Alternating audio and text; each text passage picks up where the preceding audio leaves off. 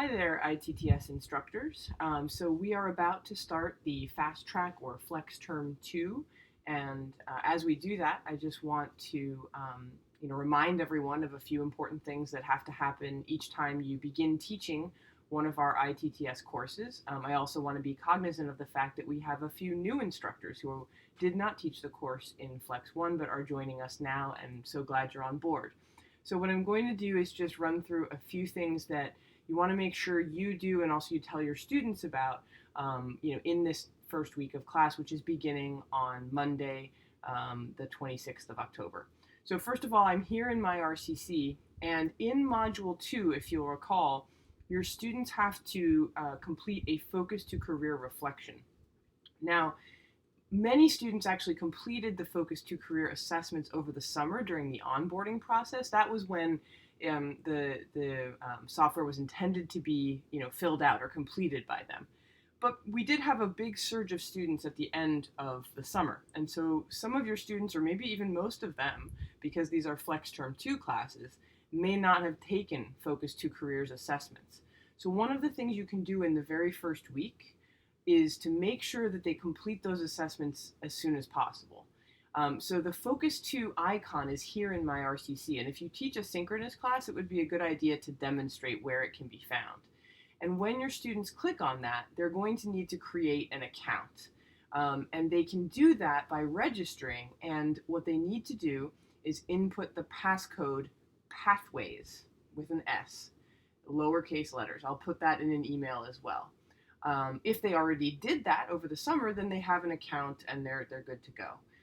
So when I log in, and I have created an account, I'll log into it, you'll see that because I am faculty, I have administrative and student permissions here. I'm just going to go into the student side so that you can see what it looks like. If you haven't gone through the Focus 2 assessments, I would do it. It was actually quite interesting to me to take all of the assessments, but the students need to complete them all. So they need to complete the top 3 here, and then they also need to complete all of the self-assessments, work, personality, leisure, values, and skills.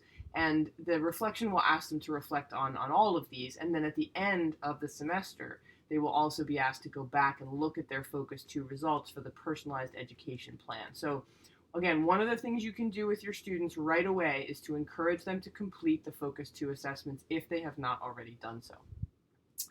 Now, beyond that, I just want to take you to Blackboard, and we'll go to one of my college writing courses. In fact, we'll go to the one, not college writing, but my Honors 101 course, and that's the IttS course for the Honors program. And this is the one that I'm teaching in Flex 2. I just finished teaching 3 sections, and this one is one section in Flex 2 that is asynchronous. You'll see that I've already done an announcement for my students that includes a lot of details about the course. But I want to run you through what you have available to you and some important things that you should do right away if you haven't done them already. So first of all, in the course information, part of the course, you will have your syllabus.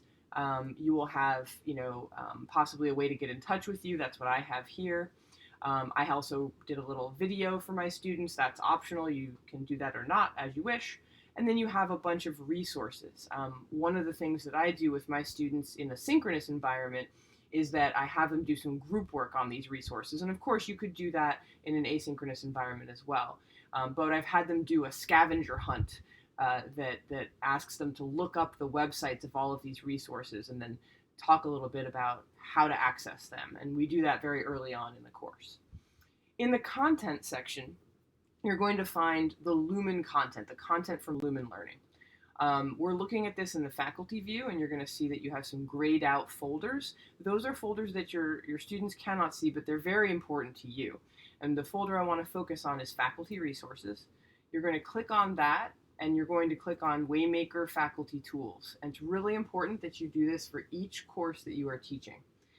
First of all, you want to make sure that your automated messages are on. The default is off, so you have to click this on. So you'll see that's what it looks like off, and if I click it, then it's on. Then as I want to set up my preferences for communication with the students through Waymaker, which hopefully you remember this from the summer, but Waymaker is the software that's underneath our book that is allowing for deep engagement with our students. It's an artificial intelligence, basically, that is sending students messages from you, and it's sending those messages during certain moments. And so we need to set up the communication preferences, and we do that by clicking on this link up in the top right corner, set up communication. And you'll find some information here. You can read through it. You're going to click Configure Waymaker. Then put in your RCC email address here, your first and last name, and however you'd like to sign your emails. Then you can decide when and how you receive notifications about the recommendations Waymaker has for you. Then you're going to move on to define course settings. The mastery threshold should remain at 80. The passing grade for this course is 70, but we want our students to be, mastering the content, and that threshold is 80. And that will also set them up in good shape. If they're mastering the content, they're definitely going to be passing, as long as they turn in other assignments as well.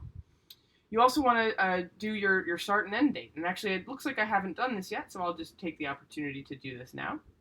My start date is going to be 10/26, and my end date is going to be in December. We'll go with 12/21. Okay. Then you're going to select your message personality. You can either be a coach, which has copious exclamation points, or an advisor. And quite obviously, if you know me, I'm a coach. Next, customize automated messages. So you don't have to do anything here, but Waymaker is set up to send messages to your students when certain conditions are fulfilled. So for example, when students use less than a quarter of the formative assessments, those great interactive activities, in a module before they take their first quiz and then they score below 80%, this message gives them study tips that are calibrated toward exactly what they need. Also, when a student, receives a really good grade, the message provides positive reinforcement. Many of you who taught the course in Flex 1 talked to me about how your students would often reply to these messages even though you didn't technically send them. You can even tell your students that they're receiving automated messages, and I bet you they'll still reply. It really means a lot to them. So you can customize any of these messages by clicking on the message and by adjusting any of the words that you wish in the left-hand section here. Just please do not adjust anything within the square brackets, because that's going to be completed by the computer system, by the AI, okay? Now, after you've configured these messages, or you haven't touched them at all, you think they're perfectly fine, you're going to continue on. There are recommended messages that you have the power to send out very quickly and easily within Waymaker to your students. And you can customize these if you want. You don't have to. And the way to do that is, again, view and edit message and then make whatever changes you'd like. And then finally, you click Finish and start using Waymaker. Once you have students who have completed the first assignment, which we're going to talk about in a second, you'll be able to see them here. So for example, you can see my students. Some of them have already started the work for the class. You can see what their average quiz score is, their participation score. The participation score is, something that you can obviously set many different components to participation, but part of that, what Lumen logs as part of your participation score, is completing the formative assessments in a module. So what I did in Flex 1 with my classes was I had that participation score from the textbook as part of the overall participation score that was also done, using in-class comments or discussion boards for an asynchronous session. And so that's you can do whatever you want with this participation grade, but it is a nice way of rewarding students for working through the formative assessments, the self-checks in each module. And so you'll be able to see a lot of information about your students here. So I just want to go back to our course and to content. The very first assignment is really, really important. If you're teaching a synchronous class, I would suggest going through this very first module with them. You can go through it quickly because they need to go through it themselves, but to just remind them how important it is, specifically this research consent and communication preferences assignment. This is the student's opportunity to tell Lumen how they want to be contacted, which email address to use. You should ask them to use their RCC email. So they're going to select either I agree or disagree to the consent form for learner data. If they are under the age of 18, they have to click I disagree. If they're above the age of 18, they can either select I agree or I disagree, whatever they select here has nothing to do with anything except data. So the student will still see everything, and everything will work very well for them. Everything will work very well in Blackboard and the grade book. The only difference is that that student's interaction with the course will not be collected by Lumen Learning. And Lumen collects a lot of data, and they make changes to the book based on that data. So this is why the student has to either agree or disagree, but either way, they will then still be able to move ahead with the course. The next page here, so let's say I agree and I hit submit. After this, they will also have the opportunity to set up how they want to be communicated with. So it's important that all of your students complete this assignment.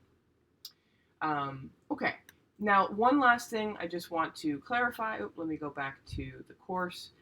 As you are looking ahead to Module 2, just don't forget each course contains a study plan and a quiz. The study plan is organized into tiles. The tiles include multiple texts. And so in Module 1, which we just looked at briefly, there is an entire set of lessons on how to use the study plans and how to go through this book, how to take the quizzes. So by working through Module 1, your students will be well prepared. But it's also a good idea to show them a little bit about how the course works. If you click on each tile, you see that a link drops down, and that's what the student needs to click on. And that's true for any of these tiles here. Why it matters is the beginning of every study plan. It talks a little bit about the importance of this particular topic. Show what you know is the self-test, the formative assessment, which helps determine where the student is at before they begin to begin the course. I'm sorry, it's not a formative assessment at that point, but it's more of a pre-test. And it just helps them know what they know and what they don't know. And then each of the tiles has a theme to it, and there are multiple texts within each tile. The student needs to work through all of the tiles, and the texts are very diverse and interactive here. And then after they have done all of the tiles, there is a summary tile putting it together. And then after that, the quiz. Now they have to actually leave the study plan to take the quiz. So they go out of the study plan and they take the quiz. And once they take the quiz, then they receive a score and they've done one attempt. Now, if I click on the quiz, from the teacher's perspective, I can see how each student did on the quiz and how many attempts they've taken. I don't know why my first student here took the quiz again after getting 100, but he did. Gotta love our honor students. And so, this is an opportunity. As you see here, one of my students got an 80 the first time, but 100 the second time, right? So they automatically have 2 quizzes and they can improve. Their highest score is collected. Now you can give a student an extra quiz attempt or as many quiz attempts as you want simply by clicking the plus button here. And for my classes, I tell my students, listen, if you want more quiz attempts, you can have them. I'm never going to tell you you can't try again. And so, it's worked out pretty well. So that is what I wanted to share with you as we're looking forward to, Flex 2 beginning right away. If you have any questions, of course, reach out to your dean. I'm happy to talk to you as well, to meet with you via Zoom or Google Meet, to correspond via email. I hope this course goes really, really well for you. I'm excited about it. It's an opportunity to connect with our students and help them be successful right away in their first semester, really set themselves up for success. So thanks for listening. Stay safe, and I look forward to hearing how the course goes for you.